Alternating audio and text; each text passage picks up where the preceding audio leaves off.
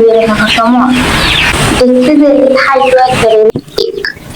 তো এখানে হইতে দেশি গরু এখন এই যে নাই জুতে সুন্দর করে রাঁধি ফেলাই এখন বল একটা মাংস এগিয়ে দি ফেলাই এখন পেঁয়াজ লই টমেটো লই দুও কুচি কুচি করে এটা কুড়িয়ে আদা রসুন দি এলাচি দি লং দি গোলমরিচ দি তেজপাতা দি হলুদ মরিচ মশলা হিন্দি যেটুকু পরিমাণ দন করব গোমাজি মশলা দি লবণ দি পরিমাণ মতো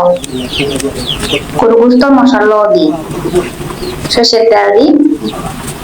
বালা গড়িয়ে রাখুন মাটি লই একবারে বসা মাটি লই সুন্দর করিয়ে মাটি লই এখন দুলুয়া লেবু দি ফেলাই দিয়ে বালা করিয়ে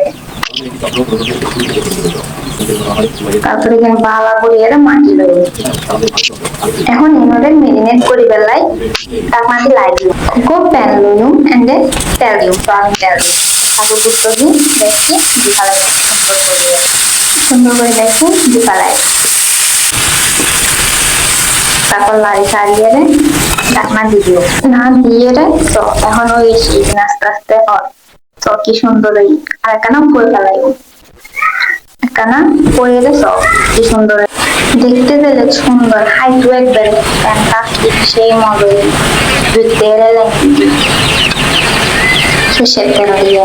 দেখো না কি